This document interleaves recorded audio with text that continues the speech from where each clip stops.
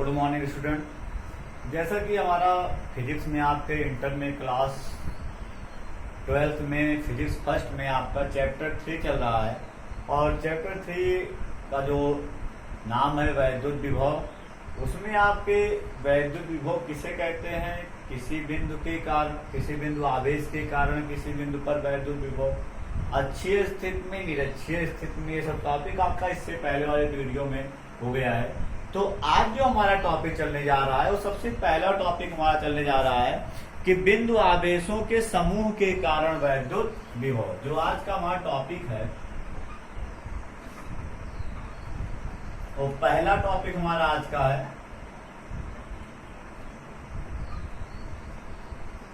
बिंदु आवेशों के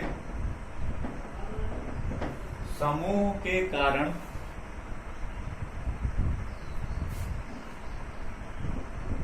वैद्युत विभव। आज भी हमारा टॉपिक है पहला क्या है? बिंदु आवेशों के समूह के कारण वैद्युत विभव। तो चलिए बताते हैं बिंदु आवेशों के समूह के कारण वैद्युत विभव क्या होता है। तो यहां पर सबसे पहले हम देख लेते हैं, जैसे आपको हम बता दें कि कैसे निकालते हैं। लिखेंगे यहां पर वैद्युत विभव कौन सी राशि है? आपको पता है कि वैद्युत विभव एक कौन सी राशि है? अदिश राशि है। वैद्युत विभव एक अदिश राशि है। अतः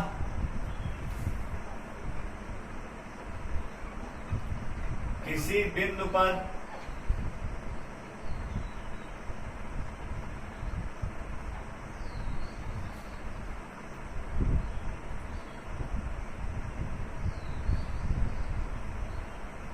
किसी बिंदु पर कई आवेशों के कारण वैद्युत विभव के बीजगणितीय योगफल, कौन से योगफल को हम बीजगणितीय योगफल को जोड़ लेते हैं, यानी बीजगणितीय योगफल कर लेते हैं, जो आता वही हमारा वैद्युत विभव होता है। अतः किसी बिंदु पर कई आवेशों के कारण वैद्युत विभव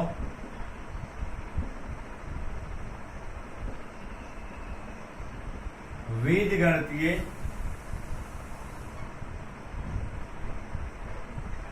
योगफल द्वारा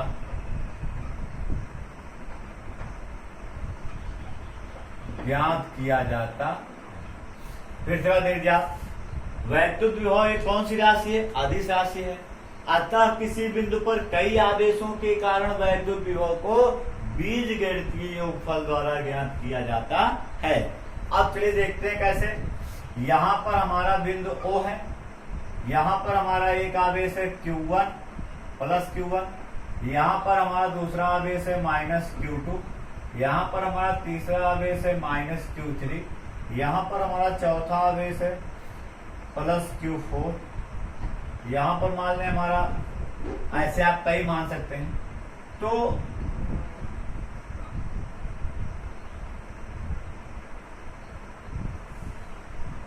हमें बिंदु O पर परिणामी विभव चाहिए और Q1 से इसकी दूरी क्या है? R है। R1 है, Q2 क्या है? R2 है, Q3 क्या है? R3 है, Q4 क्या है? R4 है। तो हम देख रहे हैं हमें बिंदु O पर वैद्युत विभव चाहिए, जबकि कई आवेशों के कारण इस पर वैद्युत विभव उत्पन्न हो रहा है। तो इसका फॉर्मूला क्या होगा अभी बताया आपको हम कि V इक्वल क्या आ जाएगा आपका? V1 plus V2 plus V3 plus V4। अब V1 का मतलब हो गया प्लस Q1 के कारण O पर आवेश, तो हम जानते हैं फॉर्मूला होता है 1/4 pi epsilon not Q1 Q/R, तो Q1/R1। V2 का मतलब माइनस Q2 के कारण O पर आवेश, तो हम जानते हैं विभव एक अदिश राशि, प्लस है तो प्लस, माइनस है तो माइनस, 1/4 पाई एप्सिलॉन नॉट और Q2/R2। V3 देखेंगे माइनस Q के कारण, तो आपका हो जाएगा, यहाँ माइनस लग जाएगा, -1/4 एप्सिलॉन नॉट और Q3/R3 और प्लस V4 देखेंगे Q4 के कारण, तो प्लस में है 1/4πε0 और Q4/R।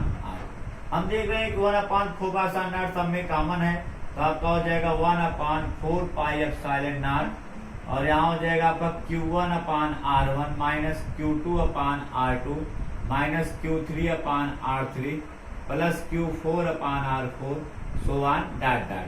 कहने का मतलब चाहे जितने आवेश होंगे उसके कारण किसी बिंदु पर जो वैद्युत विभव होगा वो 1/4πε0 कॉमन रहेगा। जैसे मान लीजिए 5 आवेश है, कौन कौन, हम मान लें कि माइनस Q1 है, उसके बाद प्लस Q2 है, प्लस Q3 है आपका, माइनस Q4 है, माइनस Q5 है और प्लस Q6 है। इन 6 आवेशों के कारण किसी बिंदु पर विभव निकालना हो तो V इक्वल क्या हो जाएगा 1/4πε0 और इन आवेशों से उस बिंदु की दूरियां जो हो R1 R2 R3 R4 R5 R6 हो, तो सबसे पहले 1/4πε0 कॉमन ले लेंगे, उसके बाद माइनस है तो माइनस, प्लस है तो प्लस, जो प्लस में हो प्लस में, जो माइनस में हो माइनस में। इस प्रकार से आप चाहे जितने आवेश होंगे सभी आवेशों के कारण किसी भी बिंदु पर वैद्युत विभव ज्ञात कर सकते हैं। यानी जितने आवेश हों उन आवेशों के कारण उस बिंदु पर वैद्युत विभव के बीजगणितीय योगफल को उस बिंदु पर बढ़ाने विभव कहते हैं। तो इस प्रकार से आप चाहे जितने आवेश, क्योंकि न्यूमेरिकल में बहुत प्रयोग हुआ तो आपको इतना ही देखना है, अगर एक से अधिक आवेश है तो एक से अधिक आवेश के कारण किसी बिंदु पर जो विभव होगा 1/4πε0 और ब्रैकेट में जितने भी आवेश होंगे उन आवेशों Q/R प्लस है तो प्लस में, माइनस है तो माइनस में।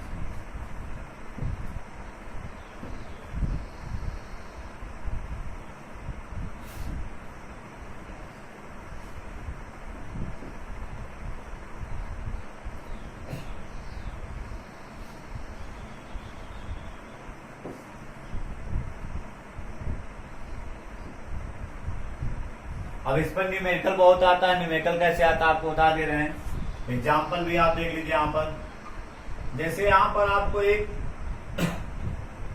दे दिया गया वर्ग, ये आपका A B C और D, A B C और D आपका वर्ग दे दिया गया। इस वर्ग की भुजा मान लीजिए या आपको यहाँ पर केंद्र दिया गया O, और यहां पर आपका जो है वो आपका +2 कूलम आवेश है, यहां पर आपका -3 कूलम आवेश है, यहां पर आपका मान लीजिए +5 कूलम आवेश है और यहां पर आपका कितना है -4 कूलम आवेश है। तो हम देख रहे हैं 4 आवेश है, आपका केंद्र क्या है, बिंदु O है, और इन आवेशों के कारण हमें इस बिंदु पर वैद्युत विभव चाहिए। हम मान लें कि यहां से इसकी दूरी कितनी है, पहले आवेश से इसकी दूरी कितनी है 2 मीटर है, दूसरे आवेश से भी इसकी दूरी कितनी है आपकी 2 मीटर है, तीसरे आवेश से भी इसकी दूरी कितनी होगी आपकी 2 मीटर होगी, चौथे से भी आप कितनी है 2 मीटर, क्योंकि वर्ग है तो दूरियां समान होंगी। दूरियां भी चेंज होती हैं, इसको हम 2 इसको 3 2 1 कुछ भी मान सकते हैं, उससे मतलब नहीं है। पहले न्यूमेरिकल का नियम देखिए। तो सबसे पहले में क्या निकालना, हमें बिंदु O पर वैद्युत विभव निकालना है VO। बहुत ही सिंपल है, कैसे आपको बताए थे हम कि कई आवेशों के कारण किसी बिंदु पर जो विभव होता है V इक्वल 1/4πε0। ब्रैकेट में आपका हो जाएगा Q1 का मतलब QA, यहां से A पर है तो उसको QA कहेंगे, QA/RAO यानी A से O की दूरी, plus QB/RBO plus QC/RCO plus QD/RDO। उसके बाद चलिए इस कांस्टेंट की वैल्यू क्या होती है, 9 × 10⁹ होती है। QA की वैल्यू कितना है +2 है अपान में 2, QB की वैल्यू -3 है तो -3/2, QC की वैल्यू +5 है तो +5/2, और इसकी वैल्यू -4 है तो -4/2। इसी को सॉल्व कर लेते हैं तो 9 × 10⁹ कांस्टेंट रहेगा, 2 से 2 कटेगा 1 आ जाएगा, यहाँ 1.5 आ जाएगा, यहाँ काटेंगे 2.5 आ जाएगा और यहाँ काटेंगे -2 हो जाएगा। तो प्लस प्लस को जोड़ लेते हैं, तो ये आपका हो गया कितना 2.5 + 1 3.5 1.5 -2, ये आपका माइनस माइनस जोड़ेंगे 3.5 प्लस प्लस जोड़ेंगे 3.5, तो 3.5 - 3.5 इक्वल क्या 0 हो जाएगा। कहने का मतलब हो जाएगा ये पूरा मान कितना हो जाएगा आपका 0 हो जाएगा। इस प्रकार से चाहे जितने आवेश होंगे उन आवेशों के कारण किसी बिंदु पर विभव निकालना होगा, तो 1/4 बाहर रहेगा। उसके बाद Q1/R1, Q2/R2, Q3/R3, Q4/R4, plus में है तो प्लस में, माइनस में है तो माइनस में। इसकी सहायता से आप लगभग जितने भी न्यूमेरिकल वैद्युत विभव संबंधित हैं, 2 या 2 से अधिक आवेश होता है, सारे न्यूमेरिकल को आप सॉल्व कर सकते हैं।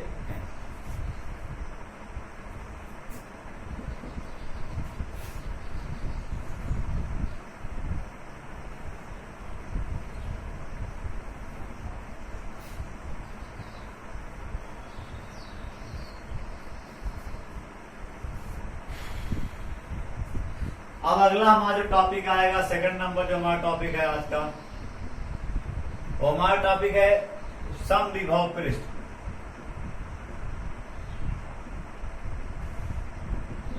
अब समविभव पृष्ठ क्या आपको बता दें कि वैद्युत क्षेत्र में, इसको आपको हम परिभाषा समझा दे रहे हैं, आप लिख लीजिएगा, बता दे रहे हैं कि वैद्युत क्षेत्र में खींचा गया वह पृष्ठ जिस पर स्थित सभी बिंदुओं पर वैद्युत विभव का मान समान होता है। वैद्युत क्षेत्र में खींचा गया वह पृष्ठ जिस पर स्थित सभी बिंदुओं पर वैद्युत विभव का मान समान होता है, समविभव पृष्ठ कहलाता है। उसके बाद जो हमारा टॉपिक है, काफी इंपॉर्टेंट टॉपिक आपका है, वैद्युत स्थितिज ऊर्जा। बहुत इंपॉर्टेंट टॉपिक है आपका।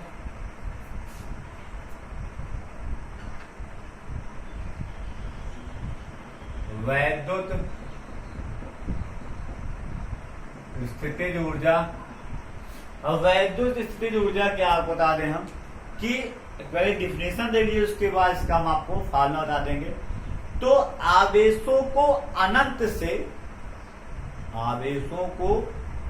से वैद्युत क्षेत्र के भीतर एक दूसरे के समीप लाने में किए गए कार्य को वैद्युत स्थितिज ऊर्जा कहते हैं। आवेशों को अनंत से परस्पर समीप लाकर निकाय की रचना करने में जो कार्य किया जाता है उसी को हम क्या कहते हैं, वैद्युत स्थितिज ऊर्जा कहते हैं। तो डिफिनीशन हम बोल दे रहे हैं, आप देख लीजिए, ऐसे लिख लीजिएगा, सुन लीजिए, लिख लीजिएगा। आवेशों को अनंत से परस्पर समीप लाकर किसी निकाय की रचना करने में जो कार्य किया जाता है उसी को वैद्युत स्थितिज ऊर्जा कहते। डिफिनीशन हो गया। डिफिनीशन के बाद अब आपका हम फार्मूला बता दें, इसका फार्मूला क्या, वैसे यू से प्रदर्शित करते हैं। अब फार्मूला के लिए डेरिवेशन देखिए आप। तो सबसे पहले यहाँ पर हम मान लेते हैं कि आपका यहाँ पर बिंदु O है और इस पर कितना आवेश स्थित है, +Q1 आवेश स्थित है, और इस आवेश के कारण उत्पन्न वैद्युत क्षेत्र में स्मॉल r दूरी पर एक बिंदु हमारा क्या है, A है, तथा अनंत में एक बिंदु क्या है, B है, जिस पर आवेश कितना है, +Q। फिगर आपका बन गया। लिख देते हैं। सबसे पहले माना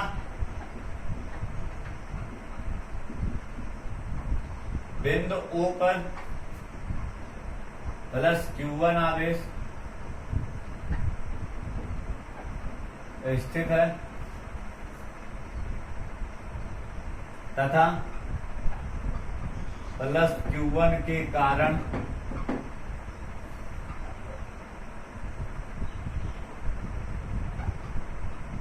उत्पन्न वैद्युत क्षेत्र में स्मॉल r दूरी पर एक बिंदु A। एक बिंदु क्या है, ए है। तो प्लस Q1 के कारण, प्लस Q1 के कारण बिंदु O पर, बिंदु ए पर विभव भी बराबर, हम जानते हैं फॉर्मूला क्या होता है, 1/4πε0। किसी आवेश के कारण किसी बिंदु पर विभव 1/4πε0 और Q/R। तो Q1 किस आवेश के कारण कह रहा है, Q1 आवेश के कारण, तो Q1 अपान में इस आवेश से इसकी दूरी R। इक्वेशन क्या बन गया है, फर्क। अब क्या लिखेंगे, माना अनंत पर, माना अनंत से किस आवेश को, प्लस Q2 को, तो अनंत से प्लस Q2 को कहां तक, बिंदु ए तक लाने में किया गया कार्य। तो किसी आवेश को अनंत से किसी बिंदु तक लाने में किया गया जो कार्य होता है, उस आवेश और उस बिंदु पर विभव के गुणनफल के बराबर होता है। आप बताओ हम किस आवेश को लेकर आ रहे हैं, Q2 को कहाँ ला रहे हैं, A पर, और A पर विभव हमारा क्या है, V है। तो किसी आवेश को अनंत से वैद्युत के भीतर जिस बिंदु तक लाया जाता है, उस बिंदु पर स्थित विभव और उस आवेश के गुणनफल को ही उसके द्वारा किया गया कार्य कहते हैं। तो W इक्वल क्या हो गया, Q2 इंटू V। चलिए इक्वेशन फर्स्ट से हम Q2 V की वैल्यू कर देते हैं। V की वैल्यू क्या है, 1/4πε0 Q1/R। तो हमारा क्या हो जाएगा, यहाँ देंगे समीकरण 1 से, तो बस इसको आप सॉल्व करेंगे, 1/4πε0 और Q1 Q2 अपान में क्या हो गया, R हो गया। यही हमारा है। और हम जानते हैं कार्य करने की क्षमता को ऊर्जा भी कहते हैं। तो आपका W इक्वल U भी होता है, तो आपको हो गया U बराबर 1/4πε0 Q1 Q2 अपान R। तो आप जान लीजिए वैद्युत स्थितिज ऊर्जा फॉर्मूला क्या होता है, 1/4πε0 Q1 Q2 अपान R। आप सोच रहे हैं Q1 Q2 क्या है, तो Q1 Q2 वही दोनों आवेश है जिसको अनंत से परस्पर समीप लाया जाता है, और परस्पर समीप लाने पर उनके बीच की जो दूरियां होती है उसे हम क्या कहते हैं, R कहते हैं। तो इस प्रकार से वैद्युत स्थितिज ऊर्जा फॉर्मूला हो गया U इक्वल 1/4πε0। फिर देख लेते हैं बाद, ये आपका बिंदु O है, इस पर प्लस Q1 आवेश स्थित है तथा इसके कारण उत्पन्न वैद्युत क्षेत्र में एक बिंदु A है जो कि स्मॉल r दूरी पर स्थित है। तो इस आवेश के कारण इस बिंदु पर विभव का सूत्र क्या होगा, कांस्टेंट इंटू Q/R। उसके बाद तो अनंत से प्लस Q2 को बिंदु A तक लिए लाने में किया गया कार्य इक्वल क्या हो जाएगा, आवेश गुणे इस पर विभव, और विभव कितना है 1/4πε0 Q/R। तो यहाँ पर जब इसको हम सॉल्व करेंगे तो Q1 Q2 अपान क्या हो जाएगा, R। यही हमारा वैद्युत स्थितिज ऊर्जा का फॉर्मूला है।